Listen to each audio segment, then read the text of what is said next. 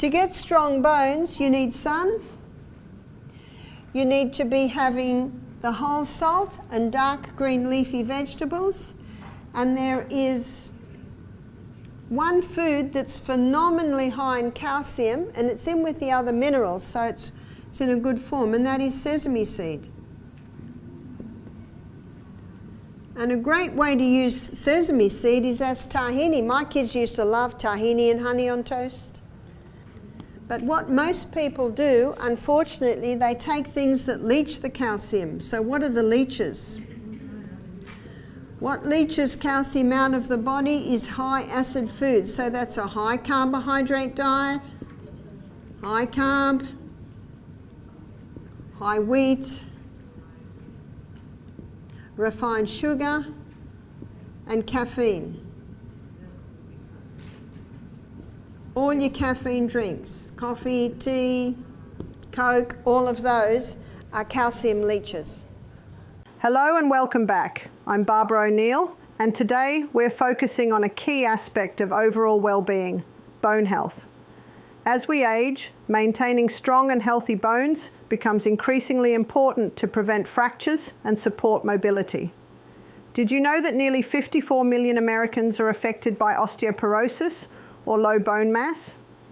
The good news is that certain vegetables can play a significant role in supporting bone health. These vegetables are packed with essential nutrients which are crucial for maintaining bone density and strength. In this lecture, we'll explore the top vegetables that can boost your bone health and provide practical tips on how to incorporate them into your diet. So let's get started. Well, what are bones made of? They're made of 12 minerals and 64 trace. What are the 12 minerals? Calcium, chromium, boron, iron, magnesium, manganese, silica, sulfur, selenium, potassium, phosphorus, and iron, and we've done iron, zinc. That's what bones are made of, and 64 trace.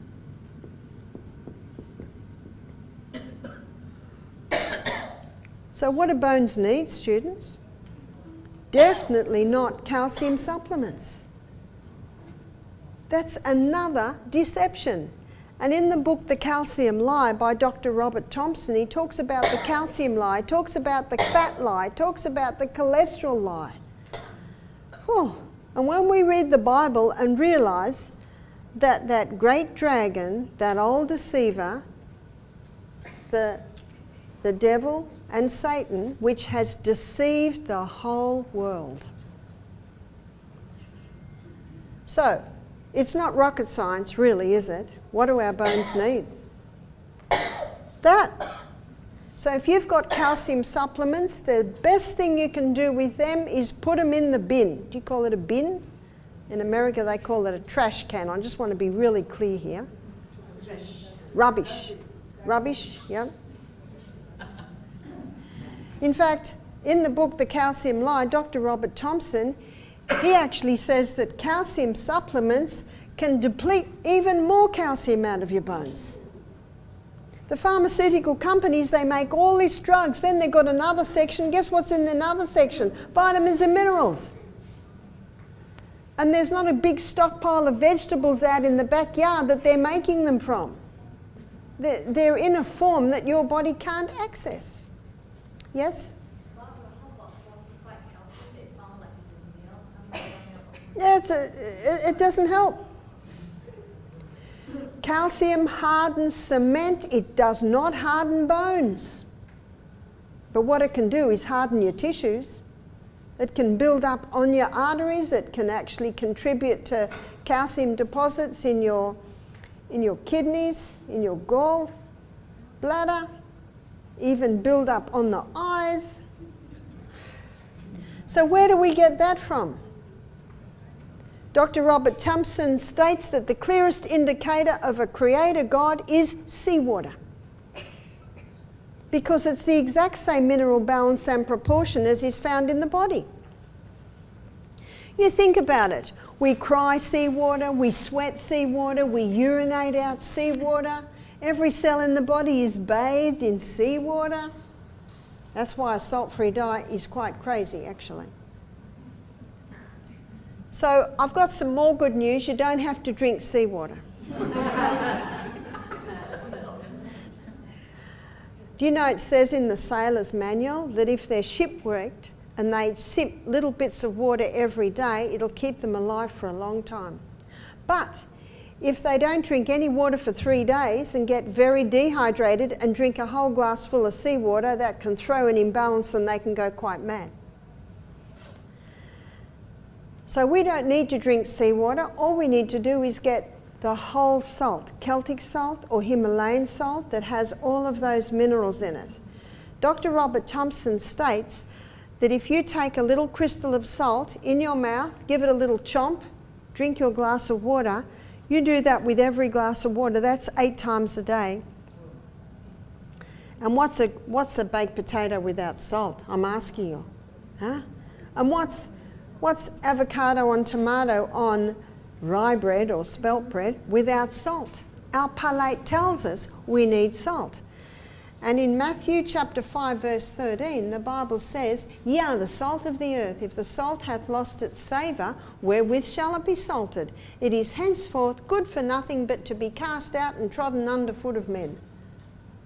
If the salt hath lost its savour, how does salt lose its savour? I'd like to suggest that the table salt has lost its savour because it's only 2 minerals.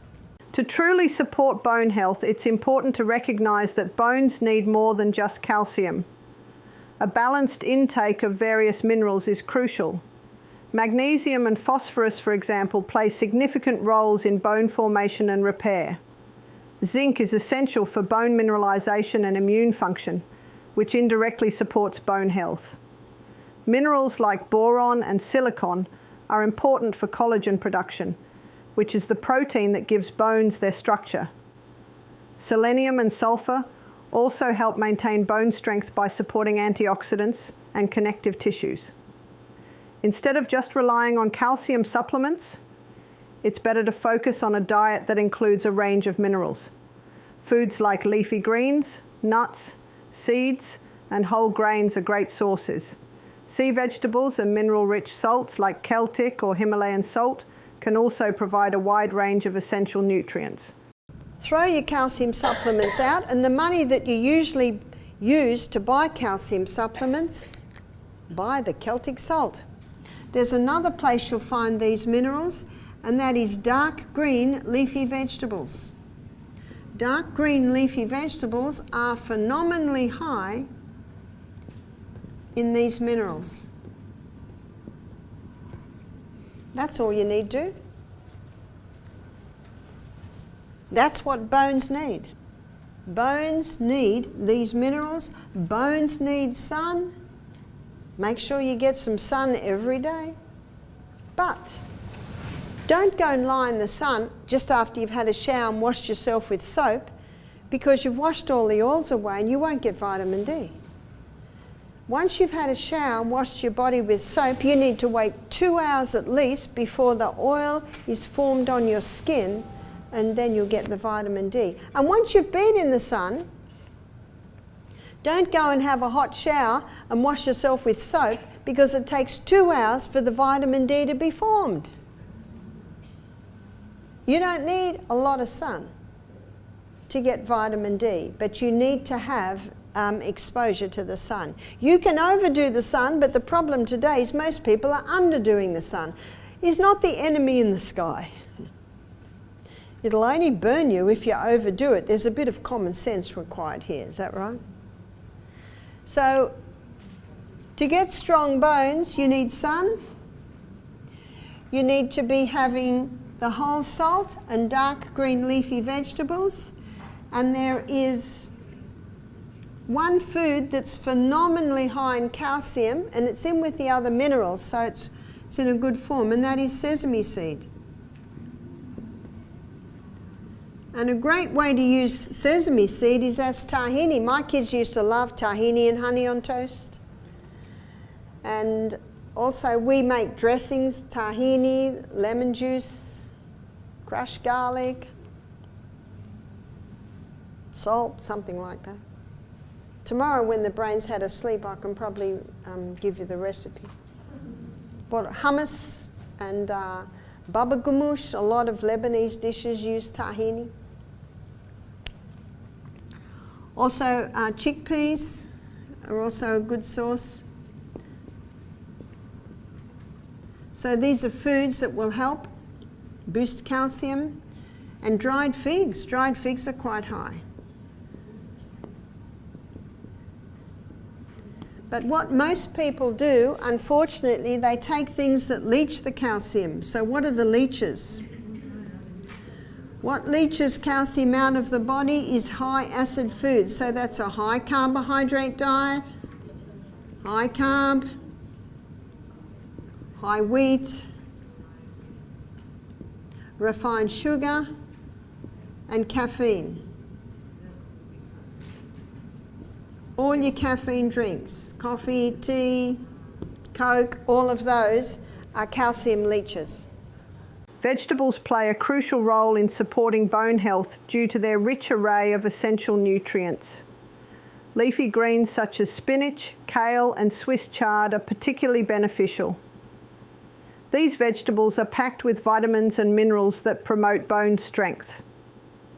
Spinach, for instance, is an excellent source of calcium and vitamin K. Calcium is a fundamental building block of bone tissue, while vitamin K plays a vital role in calcium metabolism, ensuring it is properly utilized in the bones rather than being lost through the kidneys. Kale, another nutrient-dense green, offers a robust amount of calcium and also contains magnesium, which is important for bone density. Magnesium helps regulate calcium levels and supports the formation of bone mineral. Similarly, Swiss chard provides calcium and magnesium and is rich in vitamin K, which helps in bone mineralization. Broccoli is another vegetable that supports bone health. It contains a decent amount of calcium and vitamin K and also provides vitamin C, which is essential for collagen formation. Collagen is a protein that gives bones their strength and flexibility. The presence of vitamin C in broccoli supports the synthesis of collagen, further contributing to bone health. Other vegetables like Brussels sprouts and bok choy also offer benefits. Brussels sprouts contain calcium and vitamin K, and bok choy provides a good source of calcium and vitamin A. Both vitamins are necessary for maintaining bone strength and health. Now let's talk about milk. Milk, good question. Here's a glass of milk. And this glass of milk is high in calcium, but it's also high in animal protein. And animal protein is very dirty burning fuel. Only 58% is burnt as fuel. Do you know what that leaves? A 42% waste. And that's a high acid waste. It's a sulfur waste. And so what the body uses is it uses the most alkaline mineral, which is calcium, to negate the sulfur residue. Do you know how much calcium is left for the human body after a person drinks a glass of milk? None. Cows can access that calcium because they've got 5 stomachs. We've only got 1. And the countries in this world that are the highest dairy consumers have the highest incidence of osteoporosis. Where does the elephant get his calcium from for his huge bones? Where does the orangutan? The creatures in this planet with the biggest bones are vegetarians. They get it from grass. I've got some good news. You don't have to eat grass. You can eat broccoli and bok choy and all your dark green leafies. You don't lose your minerals when you cook them. You only lose the minerals when you cook if you throw the water away. I like to use waterless cooking. Put on a very low heat, get a heavy bottom pan, put a lid on, and it'll just cook gently in its own juice without any water. You've got to keep it on a low heat. It'll take a little while. You can also do things in crock pots because that's a very low heat. You just got to take a bit more time to do it. So cow's milk is not going to give you calcium. Milk is often seen as a go-to source for calcium, but it's not as straightforward as it seems. While milk does contain calcium, the way our bodies handle it is a bit more complex. Animal proteins, including those in milk, create acid waste when they're digested. To counter this, the body uses calcium, an alkaline mineral, to neutralize the acid. Unfortunately, this means that rather than adding to our calcium reserves, drinking milk might actually deplete the calcium in our bones. In fact, studies have shown that countries with high dairy consumption often have higher rates of osteoporosis. This happens because the calcium in milk might not be as beneficial as we once thought. Instead of strengthening our bones, the calcium might be used up in balancing out the acidic byproducts of animal protein. On the other hand, plant-based sources of calcium like leafy greens, kale, spinach, almonds and seeds offer a more efficient way to maintain bone health without the added acidic load. These foods not only provide calcium, but also come with additional nutrients that are good for overall health. Now let's turn our attention to the most powerful way to boost bone healing, rebounding. Bone and muscle strengtheners is rebounding. Rebounding is the little trampoline. You see, strength comes by exercise, and strength comes by defying gravity. Defying gravity is the most powerful form of strength building exercise. I have a book by Albert Carter. It's called Rebounding, something about rebounding. And he was a trampolinist. He was a champion trampolinist. And he married and had 2 little children. And he used to do a trampoline show. He'd go around and his little 4-year-old girl and his, I don't know, little 8-year-old boy, they used to trampoline with him. And he noticed that if he held his daughter's feet, she could do 1-arm push-ups.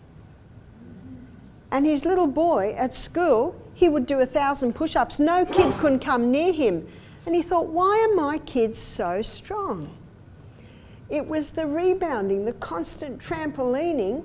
You see, every time you jump, you're putting a little stressor on your body, and every time you put a stressor on your body, it keeps adapting and adjusting, adapting and adjusting.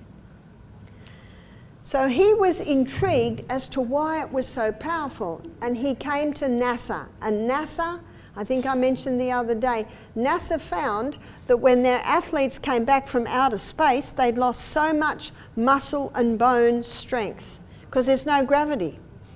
And the only exercise they found that prepared them for no gravity and also it resumed their strength much quicker than any other was the rebounding. They also found that rebounding increased their G-force, which has increased their body's ability to withstand going into outer space. But Albert Carter, he wanted to know more. And this is what he found, that rebounding pulls together 3 laws or 3 teachers. One is defying gravity. So you look at children.